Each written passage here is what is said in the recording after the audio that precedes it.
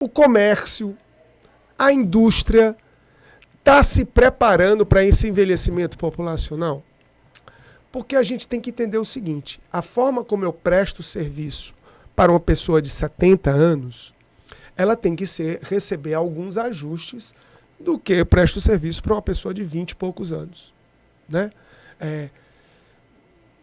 Eu não estou falando aí especificamente do serviço em si, mas a forma como eu abordo, como eu explico, como eu ofereço opções, tudo isso tem que ser modificado. E me preocupa que eu acho que isso não está acontecendo na mesma velocidade que deveria. Os serviços não estão preparados para isso. Eu vou te falar agora mais especificamente da minha área, de uma área de atuação que eu tive durante muitos anos, que foi a academia. Fui professor e proprietário de academia por 30 anos. Dono, 20 anos. Há uma tendência dos colegas da educação física que não buscaram esse conhecimento extra de tratar o seguinte. Chega o Daniel com 50 anos para ser atendido.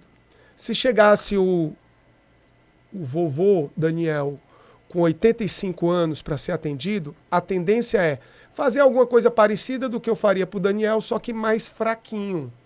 E não é isso, Daniel.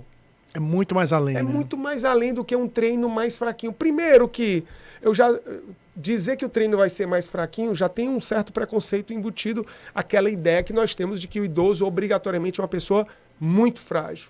Essa é uma ideia equivocada, inclusive dentro da evidência.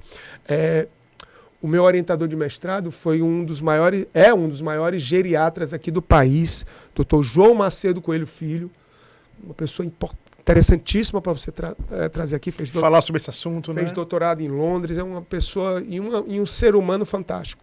E ele fez uma pesquisa para saber quanto % da população aqui de Fortaleza, comparando com alguns bairros mais Meireles, Aldeota, comparando com bairros da periferia, era realmente fisicamente inativo, fisicamente dependente, era frágil. Existem hoje classificações para isso, né? Ou seja, que reproduzisse, na verdade, aquela ideia que nós temos preconcebida de um idoso frágil. É menos de 3% da população entre os idosos, que são aqueles que estão acamados, estão institucionalizados. Então, a maioria da população idosa hoje é produtiva. É quem paga as contas da família, às vezes, né? Com a sua aposentadoria, Daniel. Ou seja, são pessoas que precisam ser recebidas numa academia de acordo com as suas demandas. Então, antes de pensar o que é que um idoso, além de saber o que é que ele quer, eu tenho que entender o que é que ele precisa. E para entender o que ele precisa, eu já tenho que ter estudado antes. Então, assim, por exemplo, o que é que nós perdemos primeiro? Que capacidades físicas nós perdemos primeiro? Vou te dar um exemplo. Se você hoje fosse fazer uma avaliação comigo, eu não ia me preocupar muito com o teu estado de equilíbrio.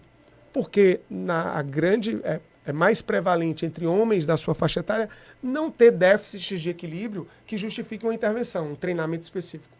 A partir dos 60 anos isso é mais comum, então eu já tenho que incluir dentro do minha ferramental de avaliação, avaliar o teu equilíbrio. Porque as chances de queda e a chance das morbidades e do comprometimento que podem ocorrer em função dessa queda são maiores.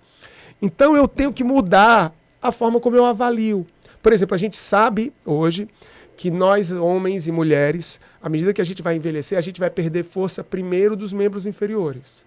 Ora, a gente perde força primeiro dos membros inferiores, justamente o nosso motor de locomoção.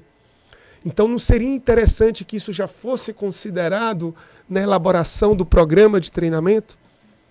Porque perder locomoção, perder a capacidade de se transportar para diferentes lugares é um dos principais prejuízos de função que a gente tem.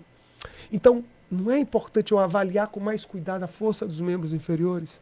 Então, esse tipo de coisa... E eu estou falando aqui da minha área, Daniel, mas você pode transportar para qualquer área que você... Será que os profissionais... É a mesma lógica, né? É a mesma lógica. A gente está atendendo pessoas, né? Então, quando alguém, por exemplo... Vou me atrever a falar da sua área. Quando alguém lhe procura, uma pessoa com mais idade lhe procura, pensando em investir o que economizou ao longo da vida toda, é outro perfil. A abordagem tem que ser diferente.